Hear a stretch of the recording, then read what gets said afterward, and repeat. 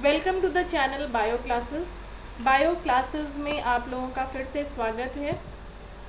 आज ये video tissue chapter का है। लास्ट वीडियो आपने देखा होगा जिसमें हमने प्लांट टिश्यू के बारे में बात की थी। आज हम एनिमल टिश्यू के बारे में बात करते हैं। ये 9th क्लास का NCERT का चैप्टर है। टिश्यू चैप्टर ज़्यादातर हर बोर्ड्स में बहुत इम्पॉर्टेंट चैप्टर है, तो हर बोर्ड क्लासेस में ये चैप्टर होता है। तो NCERT के अलावा CBSE बोर्ड्स के अलावा बाकी बोर्ड्स के लिए भी ये चैप्टर बहुत ही इम्पॉर्टेंट है। तो शुरू करने से पहले चलिए चैनल को सब्सक्राइब कर दीजिए, अपने फ्रेंड्स को शेयर कर दीजिए, वीडियो को लाइक कर दीजिएगा और बेल आइकन को प्रेस कर दीजिएगा ताकि आगे की नोटिफिकेशंस आपको मिलती रहें। शुरू करते हैं हम, क्योंकि हमने प्लांट टिश्यू पूरा कंप्लीट कर लिया था, उसको चैनल पे देख लीजिए। आज हम शुरू करेंगे एनिमल टिश्यूज़। प्लांट टिश्यू और एनिमल टिश्यू एक दूसरे से बहुत डिफरेंट होते हैं, क्योंकि प्लांट्स का स्ट्रक्चर, बॉडी स्ट्रक्चर दूसरी तरह का है, एनिमल का बॉडी स्ट्रक्चर दूसरी तरह का है। तो और इनमें प्रोसेसेस भी काफ़ी डिफरेंट हैं, जिसकी वजह से इनके टिश्यूज़ जो होते हैं वो totally different animal tissue plant tissue से टोटली डिफरेंट होते हैं।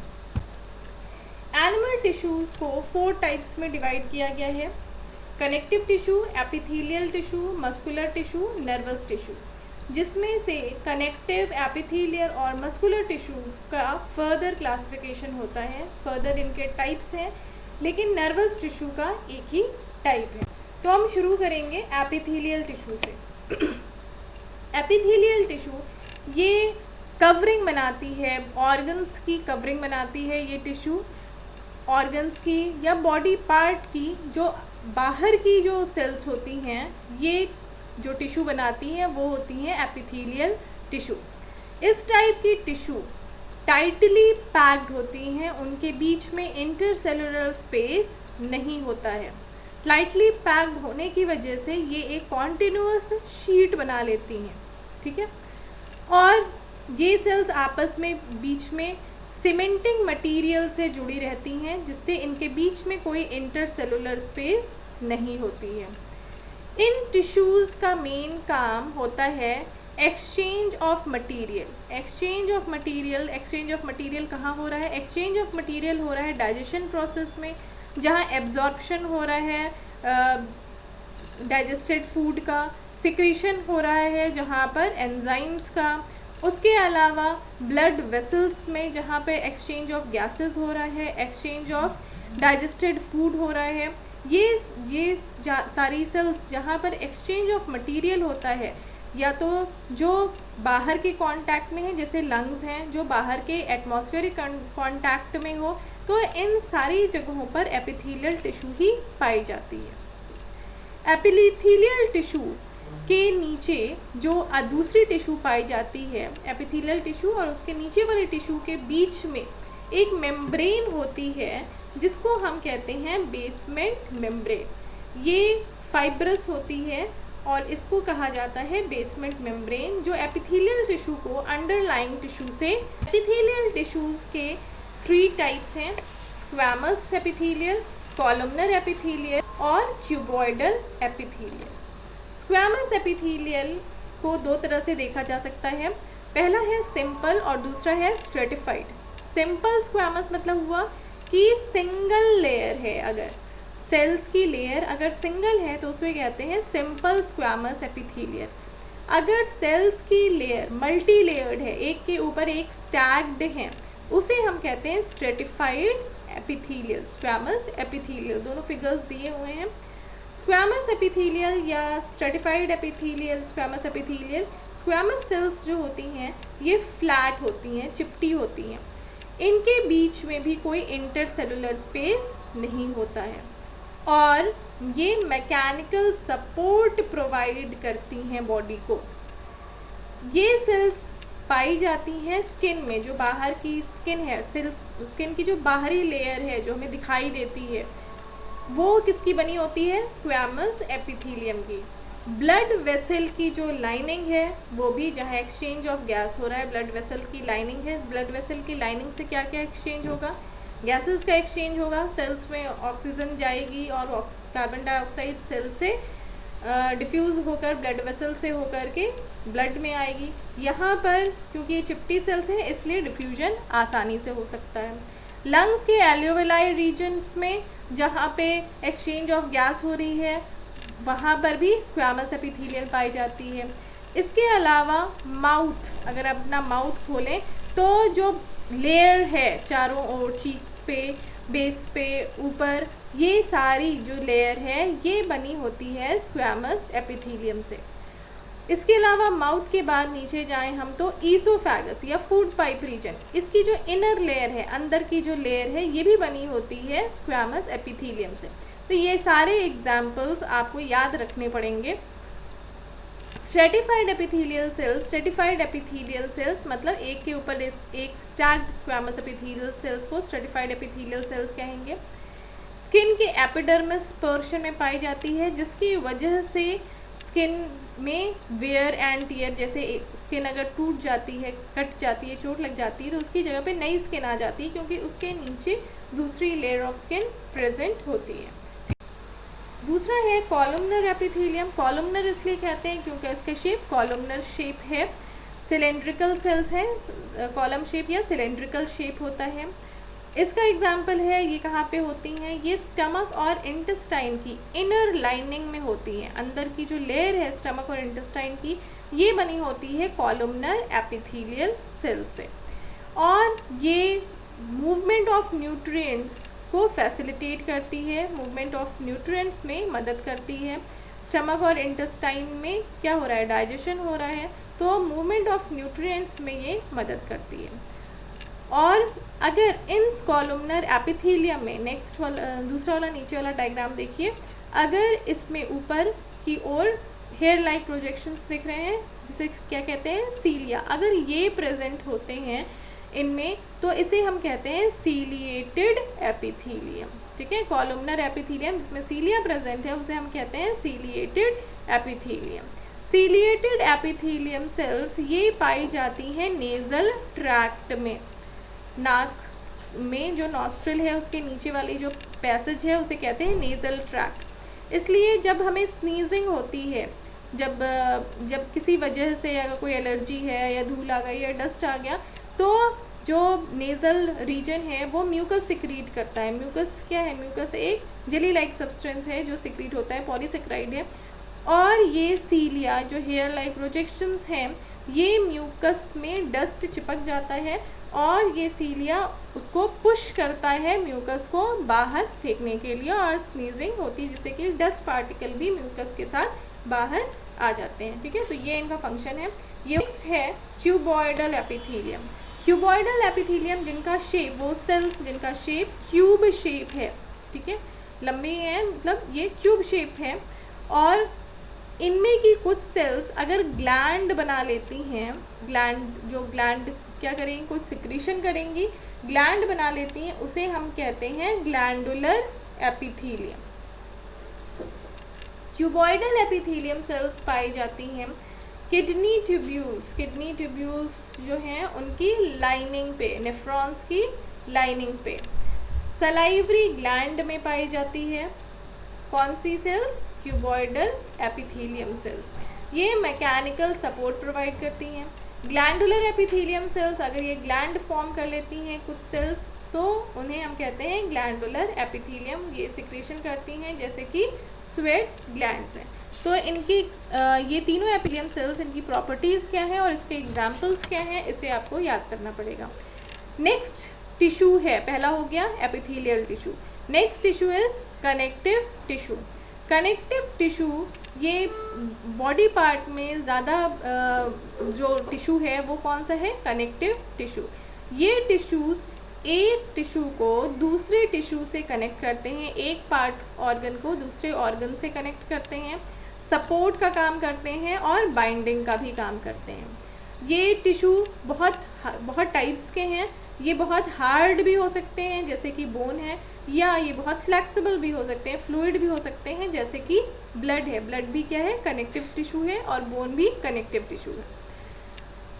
इनमें जो कनेक्टिव टिश्यू में एक मैट्रिक्स फेज होता है जो बेसमेंट होता है जिसे कहते हैं मैट्रिक्स। जैसे कि कोई हम पेंटिंग बनाते हैं तो पहले उसका बैकग्राउंड बनाते हैं, उसके बैकग्राउंड पेंट करते हैं, उसके बाद उस पर कुछ फिगर बनाते हैं। इसी तरह जो बैकग्राउंड है उसे हम क्या कहते हैं, मैट्रिक्स।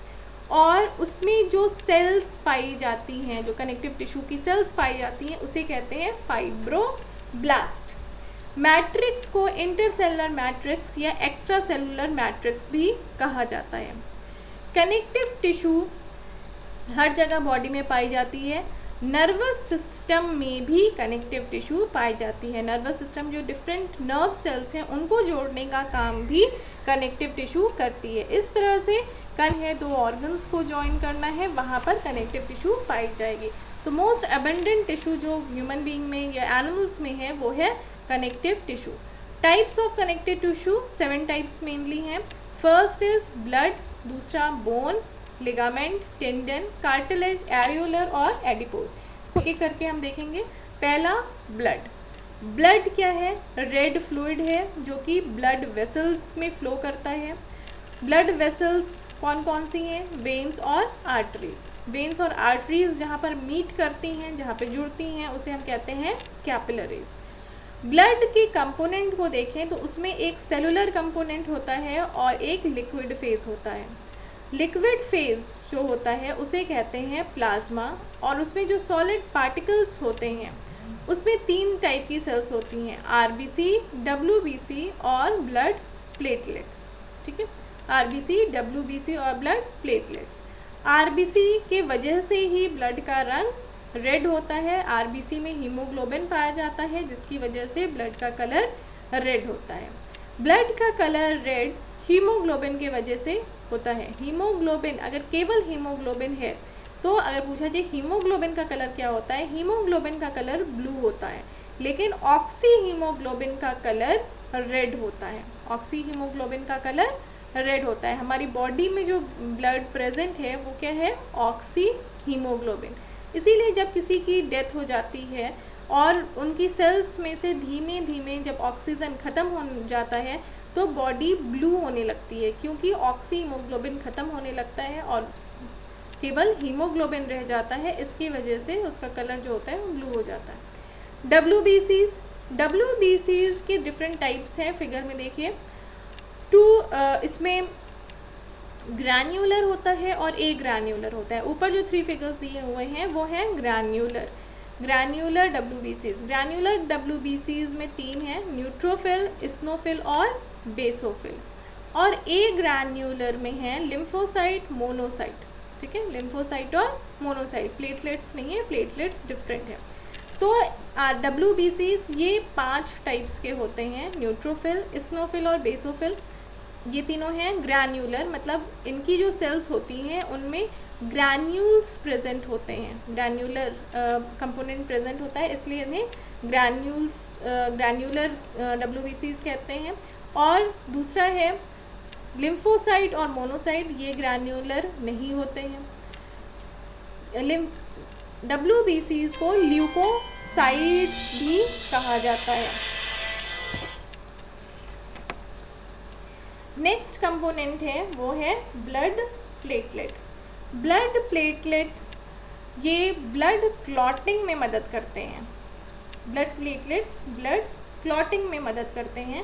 जब हमें कहीं पे कट हो जाता है, कहीं चोट लग जाती है तो कुछ देर बाद खून बहना रुक जाता है। ये किसके वजह से होता है, ब्लड प्लेटलेट्स के वजह से। प्लाज्मा में जो लिक्विड फेज है ब्लड का, इस प्लाज्मा में क्या होता है, इस प्लाज्मा में पाया जाता है protein, salts, different types of salts और हार्मोन्स। ब्लड का फंक्शन क्या है, ब्लड ट्रांसपोर्ट का काम करती है, ये ट्रांसपोर्टेशन का काम करती है। क्या क्या ट्रांसपोर्ट करती है, गैसेस को ट्रांसपोर्ट करती है, डाइजेस्टेड फूड को ट्रांसपोर्ट करती है, हार्मोन्स और वेस्ट मटेरियल जो सेल से निकल रहा है उसको भी ये ट्रांसपोर्ट करती है। ब्लड के बाद बोन अगर बॉडी में ना रहे तो हमारी बॉडी का कोई स्ट्रक्चर नहीं होगा। तो बोन का क्या काम है, ये हमारी बॉडी को फ्रेम प्रदान करती है, फ्रेमवर्क प्रदान करती है, ये सपोर्ट देती है बॉडी को। और बोन की वजह से ही जो डेलिकेट ऑर्गन्स हैं वो प्रोटेक्टेड रहते हैं। डेलिकेट ऑर्गन्स जैसे कि ब्रेन है, हार्ट है, लंग्स हैं, ये चारों ओर बोन से घिरे रहते हैं, जिससे कि ये प्रोटेक्टेड रहते हैं। बोन के अंदर ही जो बोन मैरो वाला रीजन होता है, बीच का रीजन, लॉन्ग बोन्स के बीच में जो रीजन होता है उसे कहते हैं बोन मैरो। यहाँ पर आरबीसीज और डब्ल्यूबीसीज का प्रोडक्शन होता है। ठीक है, जब नॉन वेजिटेरियन लोग समझ पाएंगे, जब हम बोन, लंबी बोन अगर खाते हैं तो उसके बीच का पोर्शन हॉलो होता है, जिसे बोन मैरो कहते हैं। इस बोन मैरो में ही नई आरबीसीज और डब्ल्यूबीसीज का प्रोडक्शन होता है। ठीक है, क्योंकि आरबीसी एक बार जो चाइल्ड बर्थ के बाद जो आरबीसी बॉडी में है वही लाइफ टाइम नहीं रहती है। आरबीसी का हमेशा टूटती और बनती रहती है। आरबीसी का जनरल लाइफ स्पैन होता है 120 डेज़। तो हर 120 डेज़ के बाद आरबीसीज जो होती हैं वो सिंथेसाइज होती हैं बोन मैरो रीजन में। इसी तरह वाइट ब्लड सेल्स में डिफरेंट टाइप्स की 5 टाइप्स की हमने वाइट ब्लड सेल्स पढ़ी थी। ये डिफरेंट टाइप्स की वाइट ब्लड सेल्स का लाइफ स्पैन डिफरेंट है। कुछ डब्ल्यूबीसीज जो होती हैं उनका लाइफ स्पैन 2-3 डेज़ का है और कुछ का लाइफ स्पैन अराउंड 1 मंथ है। तो इस तरह से इनका कॉन्टिन्यूअस प्रोडक्शन होता रहता है। कहाँ पर होता है? बोन मैरो रीजन में। फिगर में देखिए, बोन के बीच में एक ब्लू कलर का पोर्शन दिया गया है जो क्या है? Haversian canal. इस हैवर्सियन कैनाल में ब्लड वेसल और नर्व फाइबर्स होते हैं, क्योंकि बोन को भी अपनी ग्रोथ के लिए फूड की ज़रूरत है। बोन भी किससे बन के बनी है? स्टिफ तो है, लेकिन वो भी सेल से मिलके बनी हुई है। तो इन सेल्स की ग्रोथ के लिए उसे भी फूड चाहिए। ये फूड कैसे मिलेगा? ब्लड वेसल से मिलेगा। तो बीच का रीजन जो ब्लड वेसल्स जिसके थ्रू बोन में जाती हैं, इसको हम कहते हैं हैवर्सियन कैनाल। चारों ओर हैवर्सियन कैनाल के कॉन्सेंट्रिक रिंग्स होती हैं, जिसे हम कहते हैं कैनालिकुलीज। कैनालिकुलीज में छोटी छोटी सेल्स होती हैं, जिसे कहते हैं ऑस्टियोसाइट्स या बोन सेल्स। ये बोन सेल्स ही, बहुत सारी बोन सेल्स मिलकर ही बोन का स्ट्रक्चर फॉर्म करती हैं। बोन सेल्स हार्ड मैट्रिक्स में होती है। मैट्रिक्स बताया कि जो भी कनेक्टिव टिश्यू होगा उसमें 2 कंपोनेंट होगा, एक होगा मैट्रिक्स, दूसरा फाइब्रोब्लास्ट। तो मैट्रिक्स जो बेसमेंट पोर्शन है, जो मैट्रिक्स है वो बोन में, ब्लड में कैसा है मैट्रिक्स? प्लाज्मा है, वो लिक्विड है, लेकिन बोन में मैट्रिक्स हार्ड है। किसका बना है? ये कैल्शियम और फॉस्फोरस मेनली मिलता है। नेक्स्ट है लिगामेंट। लिगामेंट वो कनेक्टिव टिश्यू हैं जो 2 बोन्स को जोड़ते हैं। जैसे अगर हम एंकल रीजन की बात करें या नी रीजन की बात करें, तो यहाँ पर जॉइंट है। ये जॉइंट आपस में ये एक कनेक्टिव टिश्यू से जुड़ी हुई हैं। ये कनेक्टिव टिश्यू से जुड़ी हुई हैं। जिस कनेक्टिव टिश्यू से जुड़ी हुई हैं उसे कहते हैं लिगामेंट। तो लिगामेंट वो कनेक्टिव टिश्यू है जो 2 बोन्स को जोड़ता है। अगर ये लिगामेंट ना रहे तो क्या होगा? दोनों जॉइंट वहाँ पे नहीं रहेगा, दोनों, एक बोन कहीं और जाएगी, दूसरी बोन कहीं और जाएगी। तो ये लिगामेंट बहुत इम्पॉर्टेंट है। ये इलास्टिक होती है, स्ट्रेंथ प्रोवाइड करती है, इलास्टिक है, जिसकी वजह से हम हाथ या पैरों को मोड़ पाते हैं। स्ट्रेंथ होता है इसमें, बहुत स्ट्रॉन्ग होती है, और इसमें लिटिल अमाउंट ऑफ मैट्रिक्स होता है। टेंडन्स और लिगामेंट में डिफरेंस पूछा जाता है। टेंडन्स क्या है? जो वो कनेक्टिव टिश्यू जो बोन को मसल से जोड़ती है उसे कहते हैं टेंडन्स। और ये भी, इनमें भी ग्रेट स्ट्रेंथ होती है, लेकिन इसकी फ्लेक्सिबिलिटी कम होती है। बोन को ये, जब बोन अगर हम मीट खाते हैं तो हम देखते हैं कि मसल जो होता है वो बोन से चिपका रहता है, पतले पतले धागों जैसे स्ट्रक्चर से चिपका रहता है। ये क्या होती हैं? ये टेंडन्स होती हैं। ठीक है, और इनकी फ्लेक्सिबिलिटी अगर लिगामेंट से हमसे कम होती है। Next connective tissue is cartilage. Cartilage जो हमारे, ये बोन तो नहीं है, लेकिन ये स्ट्रक्चर बॉडी को प्रोवाइड करती है। जो हड्डियाँ आप अपनी बॉडी में देखिए, जो हड्डियाँ थोड़ी फ्लेक्सिबल हैं, जो मुड़ जाती हैं, वो किसकी बनी होती हैं? कार्टिलेज की। जैसे कि नाक को आप घुमाना चाहें तो नाक की हड्डी मुड़ जाती है, ये किसकी बनी है? ये है कार्टिलेज। वो बोन नहीं है, ये क्या है? कार्टिलेज। ईयर पिन्ना, जो ईयर है आपका, ये भी फ्लेक्सिबल है, इलास्टिक है, ये भी किसका बना है? कार्टिलेज का। इसके अलावा जो लॉन्ग बोन्स होती हैं उसके जो एंड रीजन होते हैं, जब हम मीट खाते हैं तो देखते हैं कि जो बोन्स होती हैं उसका जो एंड रीजन होता है, उसके एंड रीजन को आप खाना चाहें तो आप खा सकते हैं, वो चबाया जा सकता है, उसको च्यू किया जा सकता है, क्योंकि वो है कार्टिलेज। लेकिन जो मोटा नीचे वाला पोर्शन होता है उसको नहीं खाया जा सकता है, क्योंकि वो होता है बोन। तो जहाँ पर भी जॉइंट है, लॉन्ग बोन्स की जो एंड्स होती हैं वो बनी होती हैं कार्टिलेज से। इसी तरह रिब केज, जो रिब्स हैं उसका जो एंड पोर्शन होता है वो भी बना होता है कार्टिलेज से। विंड पाइप, जो गले में विंड पाइप है वो कवर्ड होती है कार्टिलेज से, सी शेप कार्टिलेज से कवर्ड होती है। इंटरवर्टिब्रल डिस्क, जब जो वर्टिब्रास होती हैं उनके दोनों ओर कार्टिलेज की कवरिंग होती है। जब एक ऊपर वर्टिब्रास प्रेजेंट होती हैं तो उनके बीच में कार्टिलेज की कवरिंग होती है, जिसकी कार्टिलेज का मेन पर्पस ये है, जहाँ भी ये बिग बोन्स में प्रेजेंट है, रिब केज में प्रेजेंट है या इंटरवर्टिब्रल डिस्क में प्रेजेंट है, ये कार्टिलेज जो होती है ये जर्क से बचाती है, बोन्स को जर्क से बचाती है, क्योंकि बोन्स स्टिफ होती हैं। अगर एक बोन के ऊपर एक बोन को सीधे अगर रगड़ा जाएगा तो क्या होगा, ये बोन जिसे चूरा बन के टूट जाएगी। लेकिन ये कवर्ड होती है कार्टिलेज से, दोनों बोन्स कवर्ड हैं कार्टिलेज, तो ये एक दूसरे के ऊपर जब रगड़ खाती हैं तो इसमें कुछ दिक्कत नहीं होती है, क्योंकि कार्टिलेज क्या है, इलास्टिक है। ये हार्ड होते हैं, ये हार्ड नहीं होती हैं बोन की तरह से, लेकिन ये फ्लेक्सिबल भी नहीं होती हैं मसल के तरह से। इन दोनों के बनी होती है कॉन्ड्रियोसाइट सेल्स से। नेक्स्ट टिश्यू है areolar connective tissue. Areolar connective tissue ये पाई जाती है स्किन और मसल्स के बीच में। स्किन के बाद मसल्स आती हैं, लेकिन इन दोनों के बीच में जो कनेक्टिव टिश्यू है वो है areolar connective tissue. Blood vessel के चारों ओर पाई जाती है, नर्व्स में पाई जाती है, बोन मैरो में पाई जाती है एरियोलर कनेक्टिव टिश्यू। ये मेनली ग्राउंड टिश्यू है जो सब जगह पाई जाती है, जहाँ भी स्पेस होगा वहाँ पे ये पाई जाती है। ये इंटरनल ऑर्गन्स को सपोर्ट करती है और टिश्यू के रिपेयरिंग में मदद करती है। Next is adipose connective tissue. Adipose connective tissue, ये इसे हम फैट स्टोरिंग टिश्यू भी कहते हैं। ये फैट स्टोरेज का काम करती है। कहाँ पाई जाती है, ये स्किन के नीचे पाई जाती है और इंटरनल ऑर्गन्स में, लिवर में भी पाई जाती है। और ये फैट ड्रॉपलेट्स या फैट ग्लोब्यूल्स से, इनकी जो सेल्स होती हैं वो फैट से भरी होती हैं। तो जो लोग मोटे होते हैं, ओबेस होते हैं, उनमें एडिपोज टिश्यू की मात्रा ज़्यादा होती है।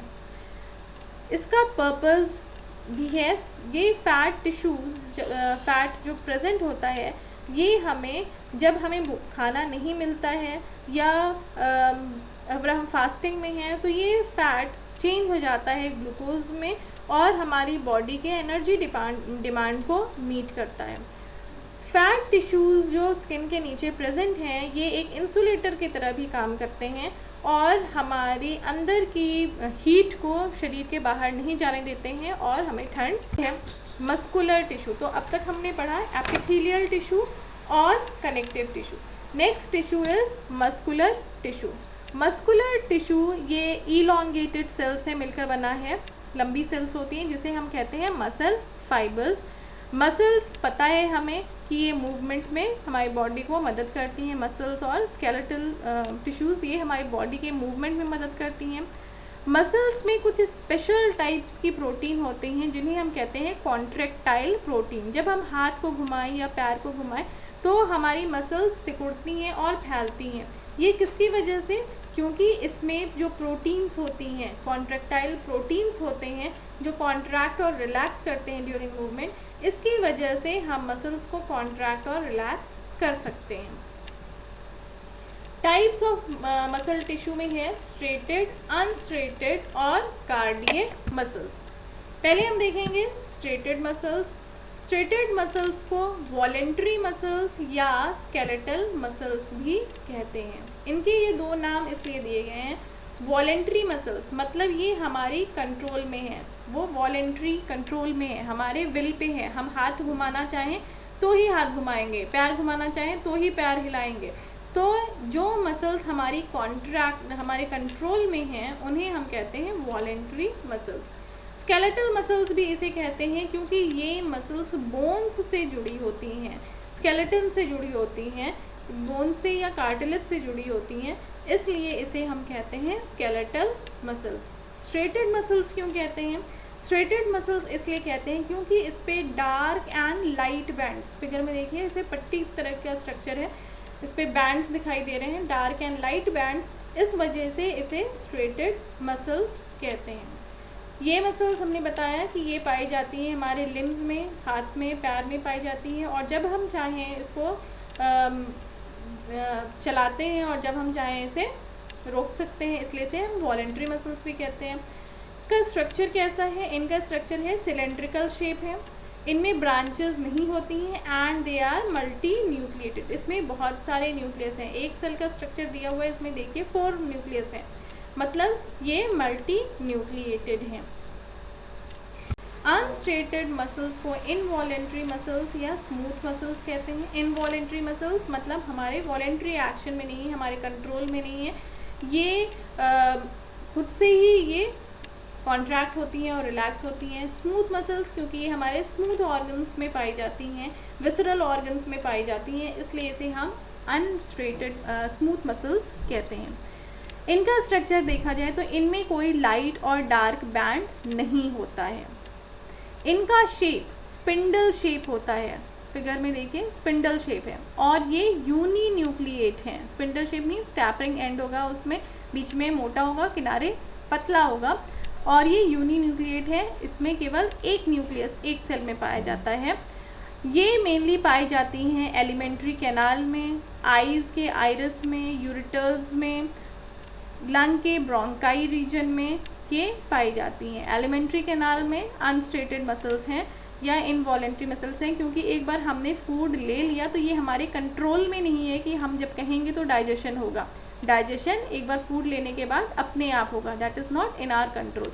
तो इसलिए ये इनवॉलेंट्री मसल्स है। जहाँ भी जो भी पार्ट इनवॉलेंट्री है, जो भी हमारे कंट्रोल में नहीं है बॉडी में, वो सारी मसल्स नेक्स्ट है कार्डियक मसल्स। कार्डियक मसल्स भी इनवॉलेंट्री मसल्स हैं, मतलब ये हमारी कंट्रोल में नहीं है, लेकिन इनका स्ट्रक्चर डिफरेंट होता है। वो मसल्स जो हार्ट में पाई जाती हैं उन्हें हम कहते हैं कार्डियक मसल्स। इनका शेप सिलेंड्रिकल होता है वॉलेंट्री मसल्स की तरह, लेकिन वॉलेंट्री मसल्स कैसी थी? ब्रांच्ड नहीं थी। ये क्या होती हैं? ब्रांच्ड होती हैं, और ये यूनी न्यूक्लिएटेड होती हैं।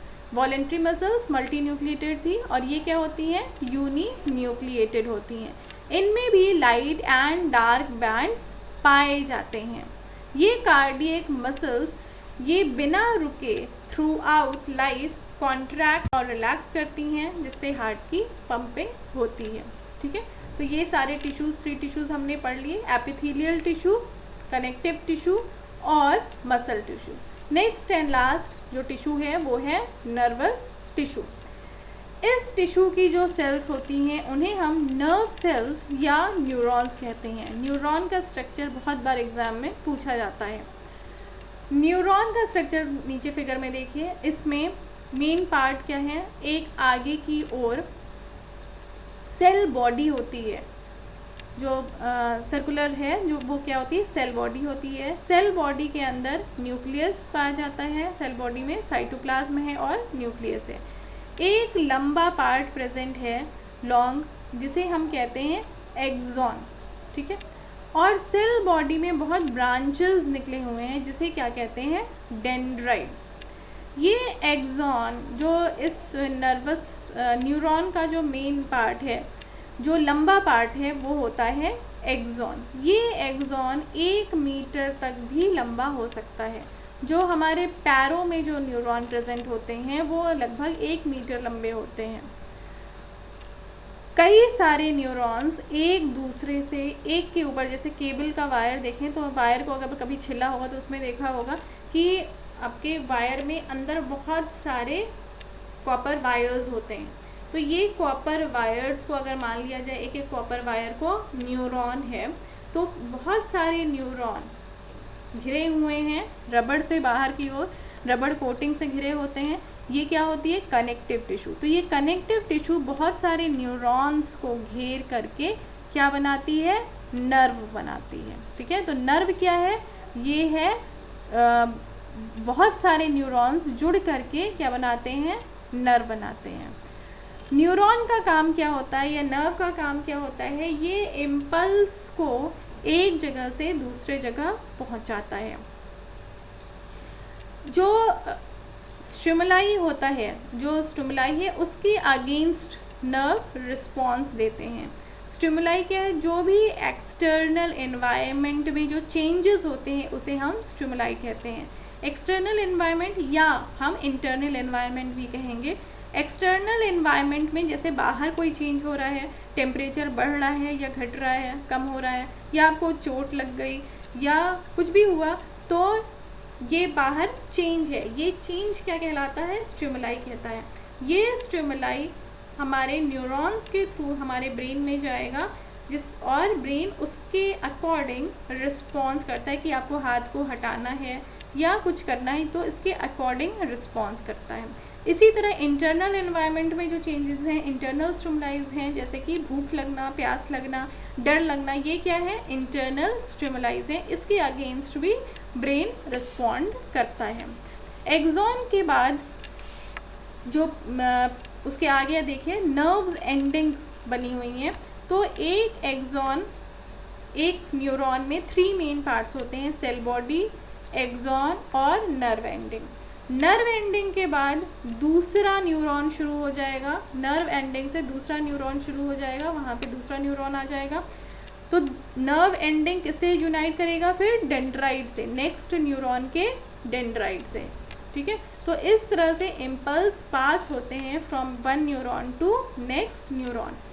इम्पल्स या मैसेज ये लिए जाते हैं डेंड्राइट से, डेंड्राइट से सेल बॉडी में होते हुए ये एक्सॉन में जाता है, एक्सॉन से नर्व एंडिंग्स में जाता है, नर्व एंडिंग से ये दूसरे न्यूरॉन में जाएगा। कैसे जाएगा? दूसरे न्यूरॉन का जो डेंड्राइट पोर्शन है वो नर्व एंडिंग से यूनाइटेड रहेगा, वहाँ से उसको जाएगा।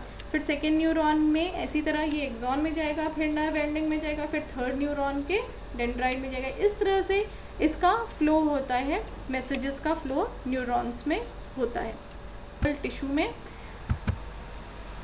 इसको समझ में आया होगा। इम्पॉर्टेंट चैप्टर है, बहुत इम्पॉर्टेंट चैप्टर है, इसको ध्यान से पढ़िएगा, दोनों वीडियोस ध्यान से देखिएगा, प्लांट टिश्यू, एनिमल टिश्यू के।